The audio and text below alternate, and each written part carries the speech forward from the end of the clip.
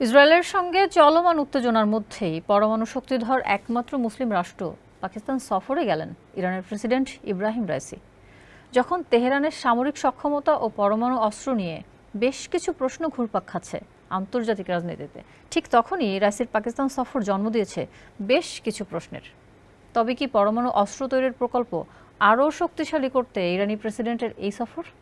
বিস্তারিত থাকছে ডেস্ক রিপোর্টে। ৩ দিনের রাষ্ট্রীয় সফরে পাকিস্তান পৌঁছেছেন ইরানের প্রেসিডেন্ট ইব্রাহিম রাইসি। সোমবার সকালে নূর খান বিমান ঘাঁটিতে ইরান প্রেসিডেন্টকে স্বাগত জানান পাকিস্তানের গৃহায়ন ও পূর্তমন্ত্রী মিয়া রিয়াজ হোসেন পীরজাদা। গত ৮ ফেব্রুয়ারি পাকিস্তানে সাধারণ নির্বাচনের পর দক্ষিণ এশিয়ার এই দেশটিতে সেলফিন অ্যাপে দেশ বিদেশের যে কোনো জায়গা থেকে অ্যাকাউন্ট খুলতে পারবেন কোনো ঝামেলা ছাড়াই। সেলফিন, আগামীর ব্যাংকিং। এটি প্রথম কোনো রাষ্ট্রপ্রধানের সফর। সোমবার এক প্রতিবেদনে এমন তথ্য জানিয়েছে পাকিস্তানের প্রভাবশালী সংবাদ মাধ্যম দ্য ডন। রেডিও পাকিস্তানের প্রতিবেদনে বলা হয়, প্রেসিডেন্ট রাইসি সোমবার দেশটির প্রধানমন্ত্রী শেহবাজ শরীফের সঙ্গে দেখা করেন। এ সময় দুই দেশের মধ্যে প্রতিনিধি পর্যায়ের আলোচনাও হয়।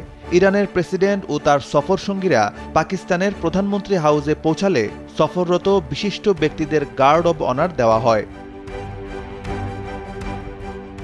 ইরানের প্রেসিডেন্ট এবং পাক প্রধানমন্ত্রী শেহবাজ আর্থ ডে উপলক্ষে প্রধানমন্ত্রীর বাসভবনে একটি চারা রোপণ করেছেন।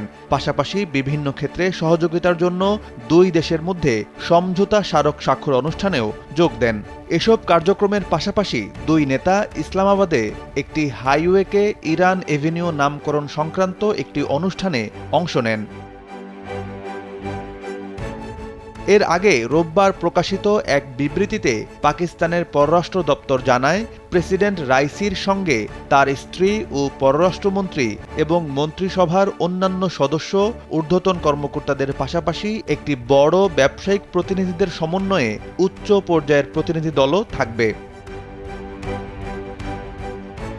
রাইসির পাকিস্তান সফরকালে পাকিস্তান ইরান সম্পর্ককে আরও জোরদার করতে এবং বাণিজ্য, সংযোগ, জ্বালানি, কৃষি এবং জনগণের মধ্যে যোগাযোগ সহ বিভিন্ন ক্ষেত্রে সহযোগিতা বাড়ানোর জন্য উভয় পক্ষের বিস্তৃত এজেন্ডা রয়েছে বলে জানা গেছে। এছাড়া সন্ত্রাসবাদের অভিন্ন হুমকি মোকাবিলায় আঞ্চলিক ও বৈশ্বিক নানা ঘটনা এবং দ্বিপাক্ষিক সহযোগিতা নিয়েও আলোচনা করবেন পাকিস্তান ও ইরানের নেতারা। সাইফ বিন আইয়ুব, কালবেলা ডেস্ক।